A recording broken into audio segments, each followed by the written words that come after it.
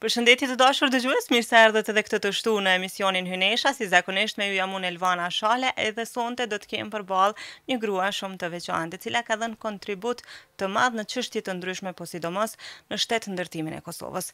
Ajo ka qenë ish ambasadore e Kosovës në Strasburg, ndërkohë që ka mbajtur edhe pozitën e ministres së integrimeve evropiane. Sigurisht e dini se për kë e kam fjalën, me mua dhe me ju është Mimoza Ahmetaj. Përshëndetje dashur, mirë se erdhe. Përshëndetje për juve dhe për gjithë dëgjuesit. Faleminderit shumë për ftesën. Shumë kënaqësi me të pas në këtë emision, sepse e di që me ty kemi shumë çka për të biseduar, jo vetëm për sferën e politikës dhe diplomacisë, pozita të rëndësishme, të cilat ti ke mbajtur në një kohë shumë të rëndësishme të shtetë ndërtimit të Kosovës, por edhe për ty si personalitet si Mimoza. Fillimisht tregom si po ndihesh në këtë të shtunë.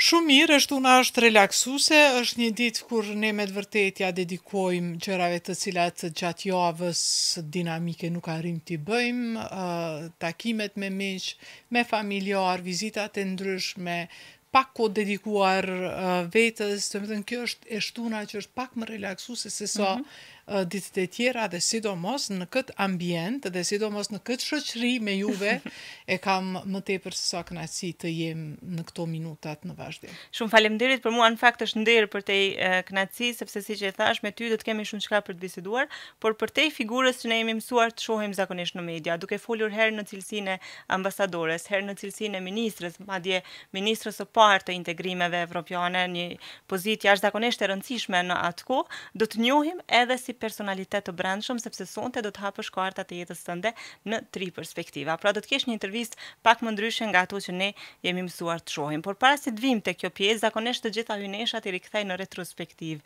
Si kanë qenë ato kur kanë qenë fëmijë? Në këtë rast çka kujton Mimoza nga fëmijëria e saj? Atëherë, kjo Mimoza që jam tani, shumë pozitive, me shumë energji dhe me dinamikën e njëjtë, kom qenë edhe ajo Mimoza si fëmijë. Kom lindë në Prishtinë, në një familje intelektualësh, ne jemi 5 fëmijë, dhe gjithë shkollimin, gjithë fëmijërinë e kom kalu në Prishtinë, dhe pjesën ta them tjetrën, e cila është shumë e rëndësishme e fëmijërisë time, është edhe si zakonisht lidhja me nanën dhe lidhja me familjen e nanës, që pjesën më të madhe të asaj kohe kom kalu në gjitha pushimet në Gjakov, nga që nana jeme ka qenë nga Gjakova. Kom linë në një familje cila ka pas shumë harmoni në mes veti, nga 2 prindë të cilët janë dashur shumë, dhe që gjitha dashuri, gjitha të butësi, kënaqësi që ata e kanë pas në mes veti e kanë përcjell edhe te ne fëmijët, kanë qenë kërkuesaj përket çështjes mësimit, dhe e vetmja gjë për cilën ata nuk kanë bërë kompromis kanë qenë nota, domethënë është dashur domosdoshmë të jesh nxënëse shumë e mirë dhe ta kesh një edukat me standarde të caktuara, dhe në këtë nuk kanë lëshu pe asnjëherë. Ndërkaq pjesa tjetër pastaj ka qenë një familje e zakonshme jona, me shumë fëmijë, unë i kom edhe 3 motra, edhe vllaun, dhe mund ta paramendoni dinamikën cilën ne jemi rrit, për më tepër unë e kom pas edhe gjyshën në shtëpi, e cila ka jetuar me neve, dhe ta them sa herë që kujtoj dhe kthehem në ato momente, janë momente tepër të bukura dhe shpesh herë me motrat edhe me vllaun kur i kujtojmë qeshemi, se na kujtohen sekuenca të ndryshme. Mund ta paramendoni që nga fëmijëria e pastaj edhe në koha e shkollës mesme dhe studimeve ka qenë shumë interesant, pa e përmend ndoshta një moment i dhimbshëm që ka qenë koha e regjistrimit të studimeve të mia në fakultetin e mjekësisë në drejtimin e stomatologjisë, kur Kosova dhe kaloi atë në periudhën e errët, unë shpesh herë them mesjetën e errët, në cilën ne kemi kalu ardhja e Miloševićit në pushtet dhe heqja e autonomisë së Kosovës, e cila pati pasoja në të gjithë sektorët e Kosovës, duke nisë nga familja që e preku dhe e atakoj e deri tek vetë përbërja e Kosovës, statusi i saj politik, me çka unë u regjistrova në fakultetin e mjekësisë dhe një semestër vetëm sa e kaluam u përjashtuan të gjithë profesorët, u përjashtuan, u mbyllën universitetet, pasi që ishin në gjuhën shqipe, u përjashtuan të gjithë të punësuarit shqiptar nga administrata publike, u mbyllën televizionet, u mbyllën bankat, Banka Qendrore e Kosovës u bart me gjitha finansat e veta në Beograd, të gjitha rezervat tona shtetërore u bartën atje. Kishte ndryshime drastike. Kishte ndryshime të cilat për një moment jeta në Kosovë përfundoi. Mund ta paramendoni që gjitha ajo administrat, gjitha atë punësuar u lanë në rrugë, për më tepër mbi 30.000 për vitet e 90-ta. Po flas për vitet e 90-ta. Ishin mbi 30.000 student të Universitetit të Prishtinës, të cilët u lanë në rrugë, edhe në ndërkohë kishte filluar, domethënë të shpërbëhej Jugoslavia, ndjehej që vinte era luftë dhe ishte vetëm çështje momenti se kur dhe ku do të shpërthej. Më vonë ju e dini që luftat e tilla filluan në Sloveni, vazhduan në Kroasi dhe në Bosnë për të u prek në një farë forme Ballkanin. U prek e gjithë ish Jugoslavia dhe ishte ajo Kosova e cila kishte kaluar në për atë tmerrin e vet, edhe para asaj kohe për të kulmuar pastaj me sulmet. A mund të konkludojmë që këto janë sfidat më të mëdha gjatë kohës së rinisë që ti kujton? Kanë qenë momente shumë të këqija. Mund ta paramendoni një kohë kur në Prishtinë, po e them si e re, e shef që të gjithë djemtë e gjeneratës tonë, të gjithë shokët tanë ishin detyruar të largoheshin nga vendi për faktin sepse ushtria e Jugosllavisë i mobilizonte me forcë dhe i dërgonte në fronte të luftës në vitin e parë të luftës në Bosnë apo në Kroasi, dhe për këtë arsye u detyruan të largoheshin. Domethënë, ne ishim regjistruar në studime dhe për një herë gjithçka mbaroi. Ndryshoi. Gjithçka mbrana natës, gjithçka ndryshoi dhe ne u gjetëm në një situatë që askush nuk e dinte se çka do të na pret nesër. Dhe u zbraz Kosova, u zbraz, po e them, nga të rit, u zbraz edhe nga të tjerë të cilët nuk mund ta përballonin jetën, nga që ishin familje që nuk kishin asnjë burrim të ardhurave dhe u detyruan të largoheshin nga Kosova. E dashur, ngelemi edhe pak tek ajo pjesa e bukur e fëmirisë, kur s'keni pas sfida të tilla. E the që shpesh me vllaun edhe me motrat ju kujtohen episode nga e kaluara që ndoshta edhe ju sjellin shumë nostalgji. A mundesh me ndoa një moment të bukur që ti ende sot asaj dite e kujton fëmirinë tënde? Ka shumë momente, po e përmend një detaj që shpesher më kujtohet është në shkollë, kom qenë të mësusja, domethënë në mësimin klasor, dhe kom pas një mësuse që shumë e kom dashur dhe vazhdoj ta dua edhe tani, dhe nëse ajo më ndëgjon, është mësusja Dyshe Islami, e cila ka qenë jo e mirë, po tepër e mirë, ka qenë e rrept si mësuse, por e dashur njëkohësisht në anën tjetër, dhe të gjithë nxënësit e saj që kemi qenë me të vërtetë nxënës të shkëlqyshëm. Në atë kohë ka qenë shkolla fillore Vladimir Nazor, sot është Naim Frashi, jo larg nga studio, dhe e mbajnë mend që notat në fillim, kur ne ende nuk i kishim mësu numrat dhe merrnim vlerësime me pika, 1, 2, 3, 4, 5, dhe nga që isha nxënëse shumë e mirë në shkollë, në vazhdimsi në shtëpi, kur kthehesha nga shkolla, mami dhe babi punën e parë na i kontrollonin fletoret, ta shohim çka ke bo, si ke kalu sot në shkollë, dhe kur ishin 1 herë, 2 herë, domethënë në vazhdimsi ato 5 me pika, apo të lumt shkrimet e tilla të mësuesës, kthehem një ditë në shtëpi, edhe shoh një grumbull të madh të librave, kanë qenë librat Hajdi dhe Klara në atë kohë versionin në shqip. Libra të vizatuara, domethënë të animuara, dhe ka qenë dhurata më e mirë që e merr një nxënës. Mund ta paramendoni çfarë kënaqësie të presin, dhe kanë qenë versione që me të vërtet kanë qenë atraktive dhe sot besoj janë. Të tilla, por në atë kohë sot në librari tona gjejmë varianta të ndryshme të librave, dhe është fatmirësi. por po flas në fëmirin time, ka qenë pak më ndryshe, jo që nuk ka pas, po nuk ka pas, sa ka sot.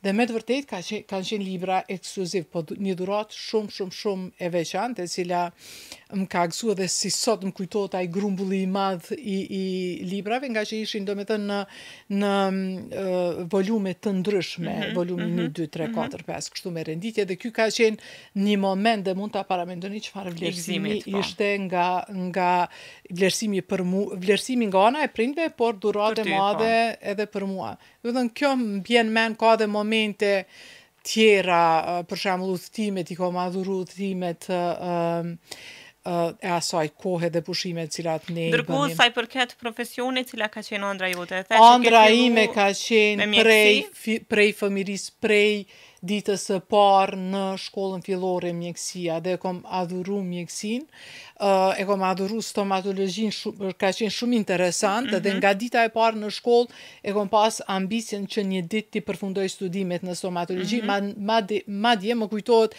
e kemi pas në mesin e shumë lodrave, e kemi pas një lodër që është Teddy Bear tash, Menda, ne i kemi tonë Menda, edhe atë lodrën, nga që unë kisha hallën motër medicinale, infermiere në atë kohë, kishte mbaru shkollën e mesme, dhe ka qenë seti i injeksionit, do me thënë, jo sikur tani, si që janë shiringat plastike për një përdorim, por i gjithë seti ka qenë që është sterilizu, pas çdo përdorimi janë fut gjilpërat, shiringat, gjitha janë sterilizu, dhe ne kishim shpejt.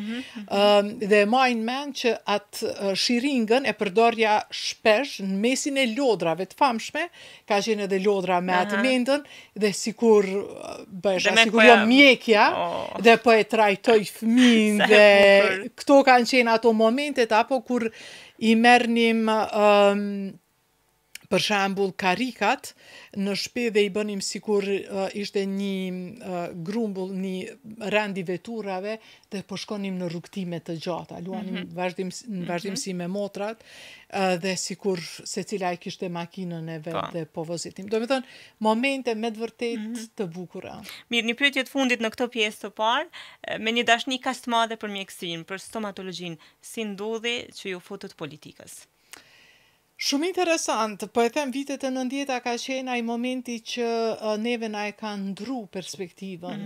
Asnjëherë nuk e kom mendu, dhe ju thash nga dita e parë në shkollë kom di çka po synoj, dhe edhe në kohën kur jam përgatitur për provimin pranus ka qenë periudhë gjatë që kemi mësu, sepse në atë kohë në Universitetin e Prishtinës nga gjithë studentët që janë pranu në mjekësi kanë qenë vetëm 30 për stomatologjin, dhe nga 30 që për stomatologji kanë qenë vendet e rezervuara për shqiptarët e Preshevës, Medvegjë dhe Bujanoz, vendet e rezervuara për shqiptarët e Malit Zi dhe për Maqedoninë, dhe shqiptarët e Maqedonisë, nga që Universiteti i Prishtinës ishte i vetmi universitet në gjuhën shqipe në ish Jugosllavi, dhe në këtë konkurrencë futeshin edhe studentët e Kosovës, nga 30 mund ta llogaritni sa ka qenë konkurrenca e madhe.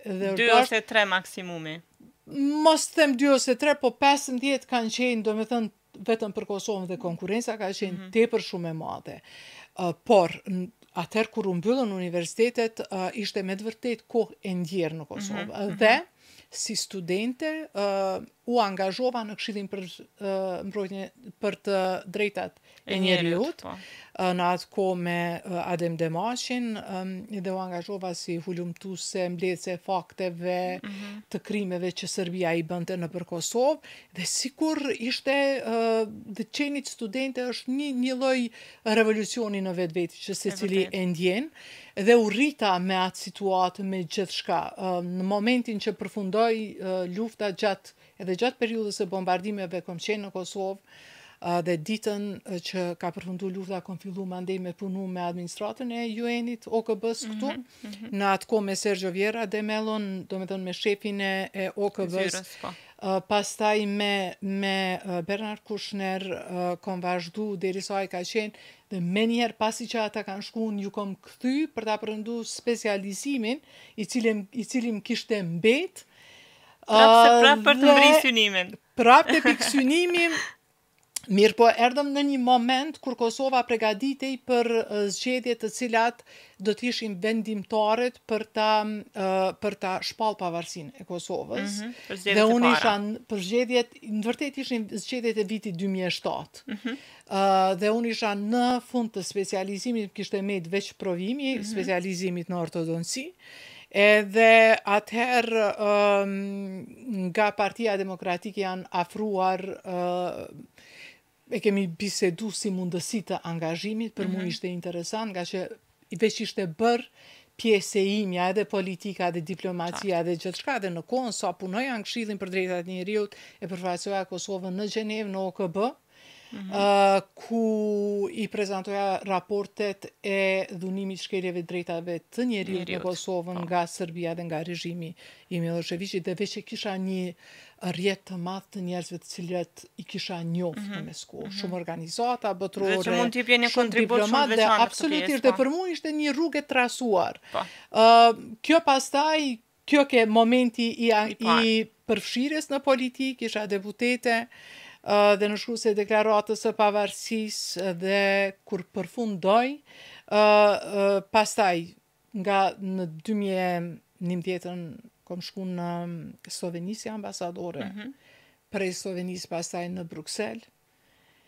Dhe ky ishte rrugtimi, u ktheva si ministre integrimit dhe misioni i fundit ka qenë në Strasburg, përgatitja e Kosovës për aplikimin për antarësinë në Këshillin e Evropës. Do të flasim për të gjitha këto e dashur gjatë hapjes së kartave. Faleminderit për këto momente të bukura që i ndove me ne, por edhe sfiduese.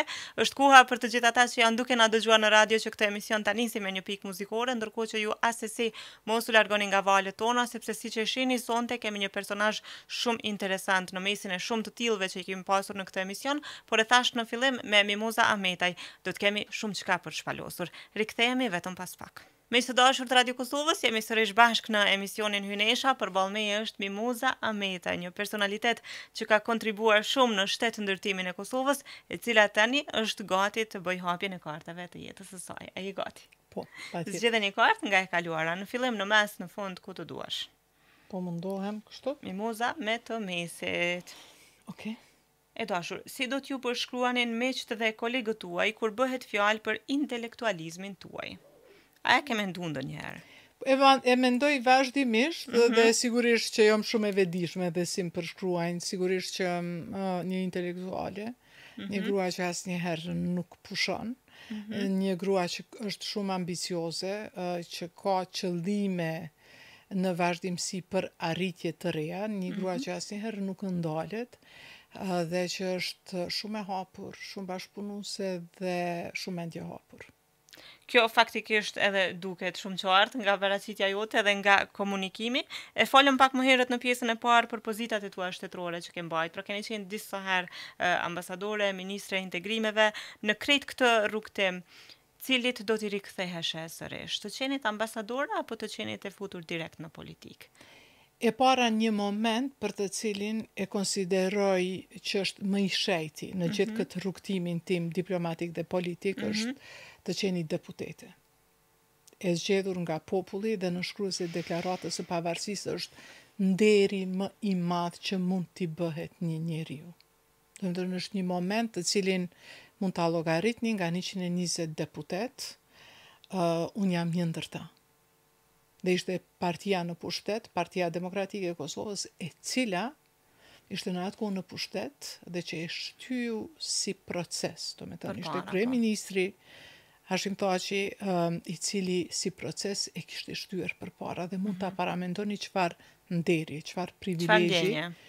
Domethënë një ndjenjë që sa herë që e kujtoj, domethënë rrëqethem nga emocionet, sepse nuk të jepet dy herë ajo mundësi, domethënë një moment i veçantë. Secili pozicion të cilin e kom pas e ka rëndësinë e vet, për faktin sepse Kosova ka kaluar në stadiet e para të shtet ndërtimit të vet. Dhe çdo vendim që e kemi bërë, çdo angazhim ka qenë një gur në murin e shtetë ndërtimit. Do me thënë, se cili moment në i themele do të thoja, sepse atëherë absolutisht. kanë qenë vetëm themelet e shtetit. Çdo moment ka qenë më tepër se sa i rëndësishëm dhe nuk vërtet. mund ta ndaj nga njëra tjetra. I kujtoj me admirim edhe sfidat, edhe problemet, edhe vështërsitë me cilat kemi sepse nëpërmjet atyre vështërsive ne u mësuam, u kalitëm dhe e trasuam rrugën. Absolutisht. Në cilën rrim deri këtu. Çka thotë tashmë në këtë pikë, si edhe një kartë. Formimi reaktiv është një mekanizëm mbrojtës në të cilin një person sillet saktësisht e kundërta nga ajo që ndihet. Për shembull, kur një person është shumë i pasigurt dhe i friksuar, ajo sillet në mënyrë arrogante dhe provokuese.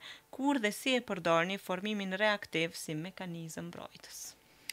Je person i tillë ose Në të vërtetë jo, nuk jam person i tillë. Edhe atëherë kur nuk jam e sigurt apo kur diçka nuk di, nuk më vjen keq me thonë, më falni, po a ka mundësi veç të kthehem edhe një herë dhe ta analizoj dhe ta shoh ose kërkoj shpjegim. Do me thënë nuk më shefem.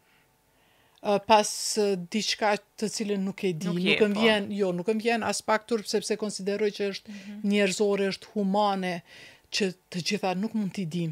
Absolutisht. Dhe në vëllimin e informatave me cilat ne ballafaqohemi, në dinamikën me cilën jetojmë, po e them edhe një herë, pavarësisht backgroundit tim profesional dhe gjithë këtij angazhimi në politikë dhe diplomaci dhe në sektorin publik, megjithatë ka gjëra të cilat ne nuk i dim, ende nuk i dim, e vërtet. Është shumë njerëzore dhe nëse ka diçka, nalem dhe kthehem dhe them, a ka mundësi veç me ma sqaru për çka është muhabeti, ose kam nevojë pak me analizu ose me mësu, që pastaj t'jem në gjendje me u ballafaqu me një argument, me një moment caktuar. Do me thënë nuk fshihem prapa asaj që nuk e di. Gjatë pozicioneve të cilat i ke mbajtur, të ka ndodhur ndonjëherë të jesh e shtyer të sillesh e kundërta e asaj që je?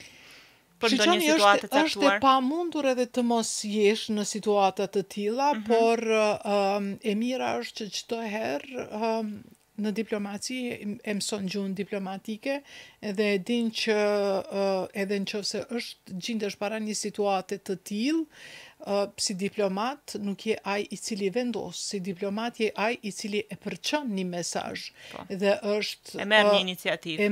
E përcjell mesazhin te kryeqyteti dhe e pret një përgjigje nga institucionet të cilat i përfaqëson.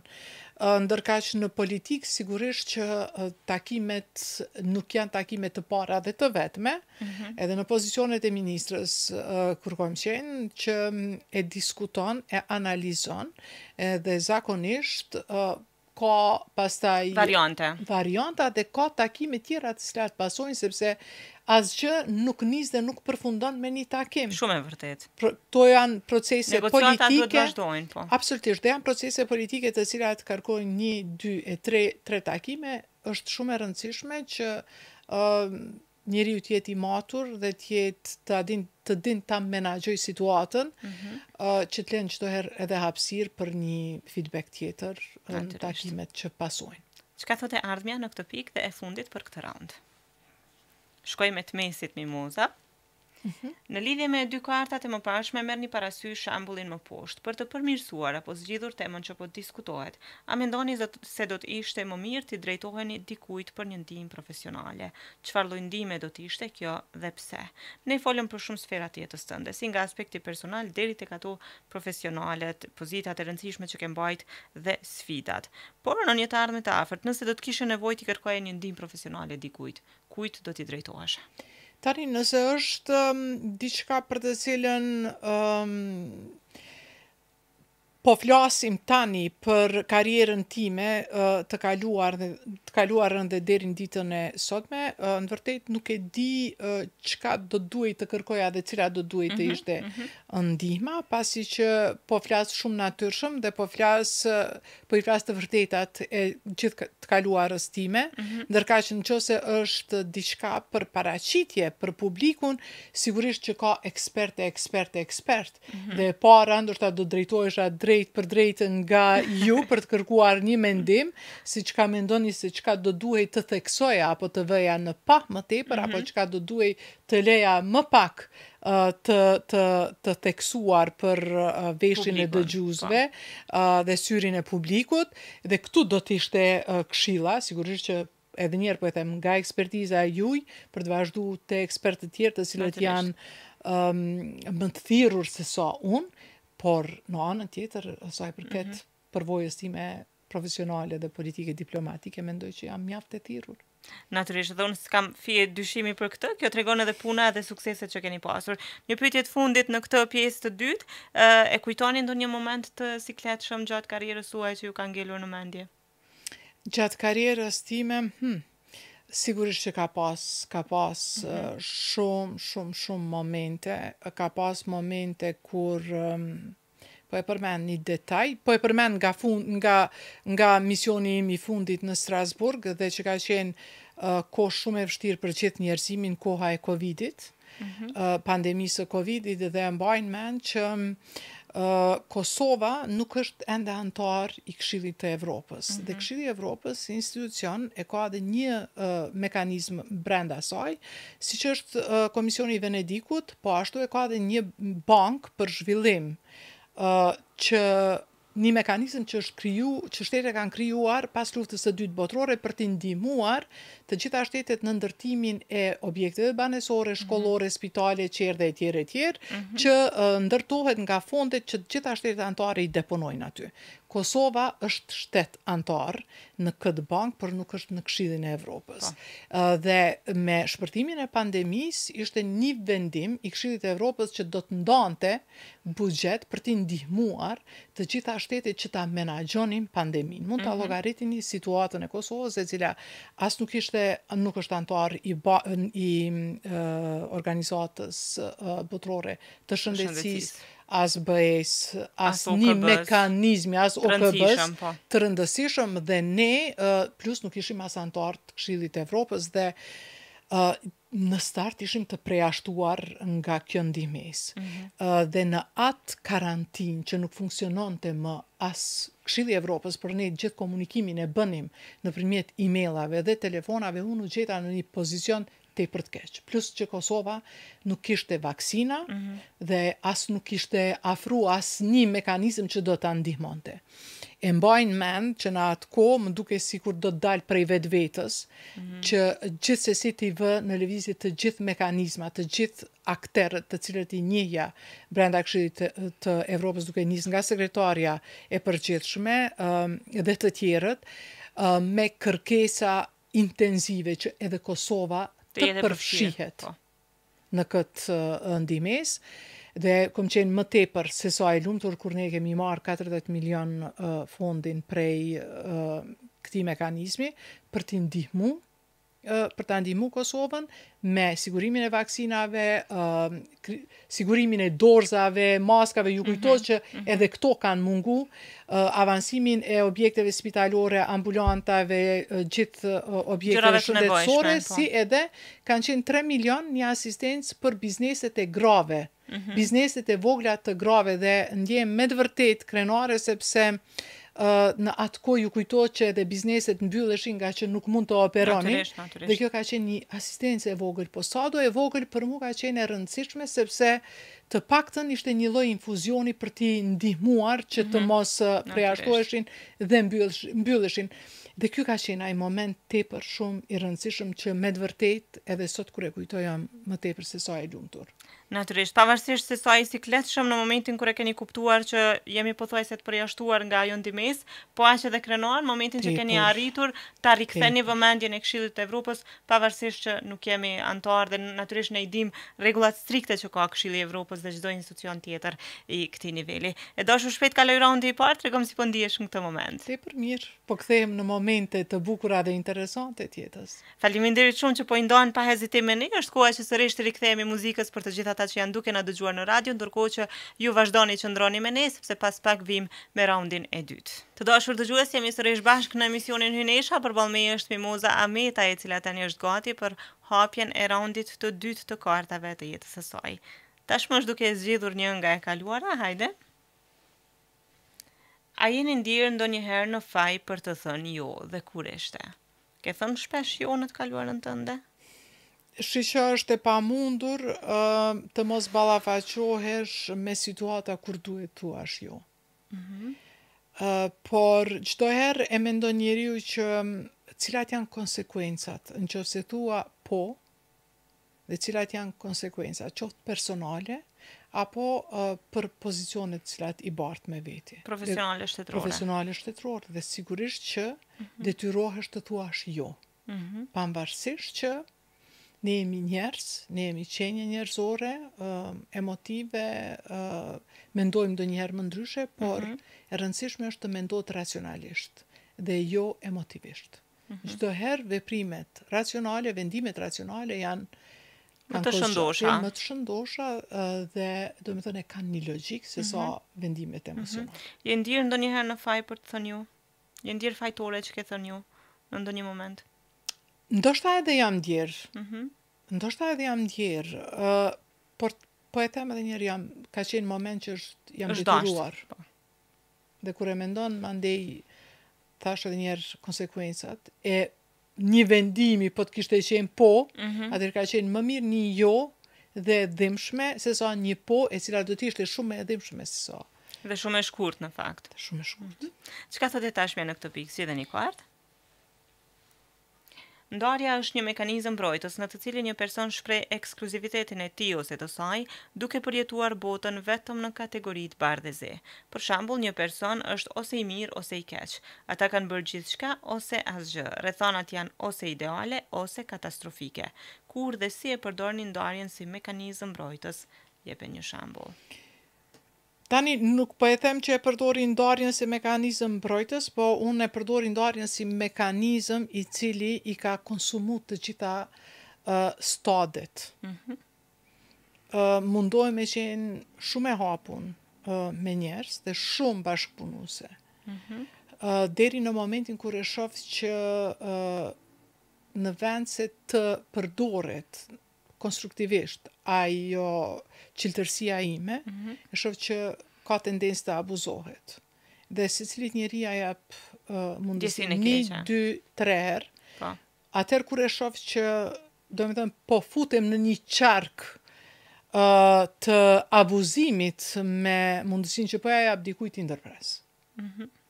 Dhe nuk ndjehem as pak keq, përkundrazi jam Kjo i bie që mimoza ka limitet e saj. Shumë, absolutisht. Rikthehesh edhe pas limiteve të vendosura, mund të rikthehesh? Jo, absolutisht, dhe nuk më vjen keq. Është një moment me të cilin nuk kthehem asnjëherë, sepse nuk është vendim që e kom marrë në afekt, asnjëherë, asnjë vendim nuk e marr në afekt, përkundrazi e analizoj e mendoj shumë mirë para se të vendosi, por në momentin që kam vendosur, me thënë është diçka një vendim i prerë. Mirë, çka thotë ardhmja dhe e fundit për këtë raund? Në lidhje me dy kartat e mëparshme merrni parasysh shembullin më poshtë. Përcaktoni një qëllim për të cilin do të punoni, për çfarë duhet të shpenzoni më pak kohë për të arritur atë. Atëherë unë mendoj që qëllimet e mëdha nuk kanë shortcuts. Po përkundrazi nuk kanë rrugë të shkurtra. Po, dhe afat. Po, por çdo herë kanë një rrugtim të vetin. Do t'ishte e mirë, sikur të mund të arrijej sa më shpejt, por ideja është që, po e them, punët e mëdha e kanë rrugën e vet dhe nuk i druhem rrugtimeve të tilla. Çdo herë e kam ambicie, kam synime të qarta në jetë se ku synoj të arrijë dhe nuk ndalem. Prandaj nuk më trond, nuk më tremb, nuk më frikson asnjë moment. Çdo rrugë të cilës nuk i futem pa mend. E analizoj mirë një herë dhe në momentin që më fut në atë rrugë e paramendoj që edhe mund të ketë sfida, mund të ketë vështirësi, por ato sfidat më bëjnë më të fortë dhe janë një lloj shtytje për mua. Ai paramendon shpesh situatat dhe atë dalin paramendimet, si qëndron me intuitën këtë rast. Jam shumë e mirë me intuitën, edhe në raport me njerëz, po edhe në raport me situatat caktuara dhe çdo herë e paramendoj që mund edhe të ketë vështirësi, por çdo herë them, plani A, B, C. Çdo herë i kam 2-3 varianta para vetës me cilat mundohem të operoj që të mri deri te qëllimi. Në aspektin e faljes, më shpesh kërkon falje apo i fal njerëzit Mimoza? Në aspektin e faljes, çka ta them, mundohem të jem korrekt, të jem maksimalisht korrekt që të mos më brej ndërgjegja, se nuk e duroj asnjë moment, domethënë të jem e keq në raport me të tjerët, dhe nuk më vjen keq me kërku falje asnjëherë. Nëse shoh që kam gabu, e them me njëherë, më vjen keq. Nuk e kom ditë ose nuk e kom pas këtë informat, po në asnjë moment nuk ka qenë e qëllimshme nëse kom bo një veprim dhe pres. Edhe anën tjetër, dhe nëse edhe palja tjetër nuk kërkon falje për një veprim, e them, do duhet kërkosh falje për këtë punë, sepse do më thënë, kom nevojë t'i sqaroj gjëra deri në fund, sepse nuk e duroj ta shty pafundësisht një situatë të pasqaruar, nuk mund të operoj dhe nuk mund të veproj me dikë me të cilin nuk i kam situatat e sqaruara. Natyrisht, dhe ndihesh më qetë me veten. Absolutisht. Mirë, Mimoz, në këtë pjesë të emisionit i pyes mysafirët si qëndrojnë me muzikën. Dëgjon muzikë Mimoza dhe jo pa arsye. Shumë. Do me thënë nga muzika klasike, nga muzika e ditëve të sotme, do me thënë të gjitha zhanret e mundshme në varësisht nga momenti. Tani në këtë moment që jemi, cila do të ishte një dëshirë e jotja muzikore që ne mund ta plotësojmë sonte veç për ty? Që po m'bjen në mend në këtë moment është për shembull Padam Padam, është Edith Piaf. Muzika franqeze dhe kultura franqeze, do me thënë, është diçka që me të vërtetë e vlen. Dhe kam përshtypjen se e ke shiu shumë gjatë qëndrimit në Francë. Absolutisht dhe çdo herë njeriu ka çka të mësojë nga Franca. Natyrisht. Ne do të dëgjojmë bashk Padam Padam vetëm për dëshirën e Mimoza Ametajt shfineshësime për sonte, ndërkohë që rikthehemi vetëm pas pak me raundin e tretë dhe të fundit. Miq të dashur të Radio Kosovës, kemi dëgjuar kështu Padam Padam për dëshirën e Mimoza Ametajt, e cila sonte po bën hapjen e kartave të jetës së saj. Deri tani me të kemi rrugtuar në për shumë etapa të jetës së saj, ta shohim se ku do ta përplasin kartat në këtë raund të fundit. Ai gati? Po. Zgjedheni kartë nga e kaluara. Në lidhje me atë që sa po diskutuat, kur të ka ardhur keq për këtë? Në të kaluarën tënde, ke pas ndonjë situatë apo rast për të cilën të ka ardhur keq? Dhe sot të vjen keq kur e kujton se çka ka ndodhur? Sigurisht që ka pas raste që më ka ardhur keq. Ndoshta më ka ardhur keq nëse jam keq kuptu nga një situatë ose kanë rrjedh gjërat të cilat kanë qenë jashtë kontrollës time. Dhe kanë marrë një rrugtim të vetin, do të thënë edhe njerë po e them pa vullnetin tim. Dhe më ka shumë keq sepse çdo herë kur nisem me bo një punë kam qëllimin shumë të mirë. Por kur e shef që e kanë marrë një rrugë dhe njerëz kanë tendencë pastaj që ta ushqejnë negativisht ose destruktivisht një aspekt, pavarësisht që jo mundu me sqaru deri në detaje që nuk qëndron një situatë e tillë, atëherë kom lënë. Megjithatë më ka ardhur keq dhe vazhdon me marrë keq për momente të caktuara të cilat po në anën tjetër dhe është normale se jo gjithçka mund të na shkojë mirë gjithmonë. Po e them edhe një herë, jo që jeta është one man show.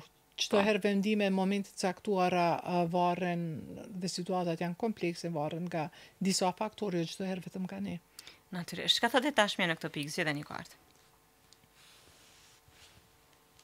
Racionalizmi është një mekanizëm mbrojtës në të cilin e kërkojmë arsye racionale të pranueshme për dështimet apo veprimet tona ose të njerëzve të tjerë. Për shembull, një student që ka dështuar në një provim mund të fajsoj profesorin, materialet mësimore ose që ka pasur një ditë të keqe. Kur dhe si e përdor një racionalizmin si mekanizëm mbrojtës, jepe një shembull. Në fillim të emisionit vetëm sa na the që je shumë racionale. Jam shumë racionale në veprime dhe në vendime, megjithatë me rastin që ju e përmendët që një student të bjen nga provimi dhe kërkon fajtorin, unë jam e kundërta. Pse po e them? Çdo herë e shikoj një herë veten pasqyre dhe analizoj nga momenti i parë deri te një moment i caktuar në cilin kam kalu, si ka shku gjithë procesi dhe e bëj një reflektim për vetveten, ku gabova unë. Dhe nëse çdo veprim që e kom bo jam në rregull, por që sigurisht vendimet e saktuara varen edhe nga të tjerët, atëherë them kështu pas ka qenë e shkruar, nuk kam mujt çka me bosh vendimin e merr ana tjetër dhe sigurisht që ata më kanë gjyku. Por nëse kom gabu vet, atëherë çdo herë i thon vetes herën tjetër, duhet të jesh e vëmendshme. Kujdes në këtë moment. Do me dhe nuk e kërkoj fajtorin të tjetri. E para e testoj vetë një herë dhe e vlerësoj vetë shumë sakt. Do me thëmë pa dhimbje. Kjo i bie që je kogja autokritike. Para se t'jesh kritike për të tjerët. Shumë autokritike dhe jam vazhdimisht shumë e përgatitur për gjithë shka që të mos vjen puna pastaj ta drejtoj gishtin të tjetri. Shumë e bukur kjo, dhe pse jo të gjithë e kanë këtë lloj vetije. Zakonisht sidomos ne në Kosovë jemi mësuar gjithmonë fajin t'ja hidhim tjetrit, po mirë është kur ka edhe persona të tillë që fillimisht fajin e vën tek vetja. Kjo është edhe arsyeja ndoshta pse kam rri deri këtu, sepse kur je shumë autokritike je edhe shumë e përgatitur. Po, për dhe kur je shumë e përgatitur, atëherë e din sakt që si me i prevenu situatat e caktuara që mund të dalin prej dorës. Çka thot e ardhmja dhe e fundit për këtë edicion, ani pse me ty do të kishim edhe shumë çka tjetër për të bisedu, por minutazha është e tillë në emisionin Hynesha. Në lidhje me dy kartat e mëparshme, merrni parasysh shembullin më poshtë. Përcaktoni një qëllim për cilin do të punoni, i cili është hapi i parë që do të ndërmerrni për të arritur këtë qëllim, është pak e ngjashme me përgjigjen paraprake që e dhat, preferoj ta ndrojmë një tjetër. Okay.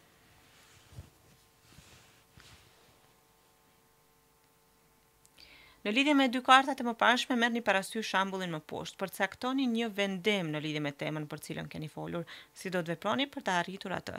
Për ta thjeshtuar pyetjen, ka ndonjë vendim për jetën e saj në një të ardhmë të afërt mimoza që po pret ta ndërmerr?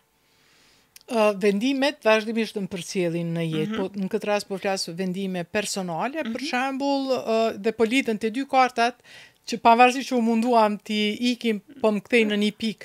Momenti kur kam vendos për doktoraturën, unë i përmenda studimet e mjekësisë, stomatologjisë, specializimi, pastaj unë kam vazhdu me master në menaxhim shëndetësor, që ka qenë një bashkëpunim mes Universitetit Prishtinës dhe Universitetit Vjenës. Kam vazhdu me master tjetër në Universitet në Bruxelles në politikën ndërkombëtare, dhe ka qenë një moment kur kom vendos për studimet e doktoraturës dhe jo rastisht e kom zgjedhur Universitetin e Barcelonës në Spanjë. Pse? Pse? Sepse tema të cilën tani jam duke e bërë është shëndeti global, që lidhet me shëndetësinë dhe diplomacinë. Dy pika të cilat kombinojnë gjithë karrierën time dhe tema në cilën po punoj është sfidat në sistemin shëndetësor të shteteve të sapo krijuara rasti i Kosovës. Wow. Do me thënë është një pikë e cila mua ka përcjell gjatë gjithë rrugtimit tim politik diplomatik drejtu dhe unë dua që edhe në Universitetin e Barcelonës ta prezantoj si raste, cilat kanë qenë sfidat me cilat ne jemi ballafaqur. Pse kom zgjedhur Spanjën? Ju e dini qëndrimin e Spanjës, që nuk e ka njoftë Kosovën dhe kur kom kandidu për doktoratur, kom kandidu me diplomat e Universitetit Prishtinës. Wow. Ka qenë sfidë, ka qenë... Kishte sfidat, ndalem pak tu, kishte vështirësi për të pranu? Për mu ka qenë shumë sfidë me pa si do tjetë reakcioni atje. As më tepër që jeni një nga ish diplomatet e Kosovës. Sakt, dhe unë kom pas bashkëpunim shumë të mirë me diplomat spanjoll, me gjithë ambasadorët spanjoll, do me dhënë në vazhdimsi jemi njoftë shumë mirë dhe kemi pas bashkëpunimin e mirë me gjithat. Ka qenë edhe një moment, do me thënë, kom dash me prezantu rastin e Kosovës në Barcelonë dhe me shku me diplomat. Kjo është edhe mati impulsit diplomatik. Mati impulsit, sakt, dhe momentin kur e kom marrë përgjigjen pozitive, ju nuk mund ta paramendoni se çfarë arritje ka qenë. Kom thonë, po e sfidoj edhe sistemin arsimor të Spanjës me diploma të Universitetit të Prishtinës, sot jam atje studente. Dhe kjo për mua është historike, definitivisht, edhe të përgëzoj të lumt për krejt guximin, edhe për krejt bagazhin diplomatik që e ke përdorur për të arritur edhe këtë arritje jo vetëm personale për ty, po konsideroj edhe për shtetin e Kosovës. E dashur, kaq ishte minutazha e hapjes së kartave në 3 perspektiva për jetën tënde, tani krejt në fund tregom cili është reflektimi dhe si po ndihesh. Shumë kënaqësia. Elvana, faleminderit për kënaqësinë që më dha. Faleminderit shikuesve, dëgjuesve të këtij emisioni të mrekullueshëm. Me të vërtetë kam shumë kënaqësi kur kthehem në retrospektiv dhe analizoj gjithë jetën time, po edhe kur flas edhe për të ardhmen, domethënë e mira e veçantë është që unë vazhdimsi jam me hapin apo një hap para shumë proceseve, sepse kështu e shoh jetën dinamike. Ishte jashtëzakonisht nder dhe privilegj me të pas në këtë emision sonte. E di që dhe shumë çka na ka ngel pa bisedu bashk, mirë po minutazha radiofonike nganjëherë bën të vetën. Unë të falenderoj shumë, të uroj shumë suksese, edhe natyrisht që kjo nuk do të jetë hera e fundit që ne do të shihemi. Uroj të kam sërish në studio. Faleminderit shumë edhe një herë, kënaqësia ishte shumë e madhe. Të dashur dëgjues, kemi qenë kështu në një bashkëbisedim jashtëzakonisht të këndshëm dhe me plot informacione të rëndësishme nga ish diplomatja, ish ministrja e Kosovës, zonja e nderuar Mimoza Ameta, e cila bëri hapjen e kartave të jetës së saj në 3 perspektiva. Me mua Elvanën dhe një hynesh tjetër, bashkë takohemi javën tjetër. Deri atëherë, gjithë mirat.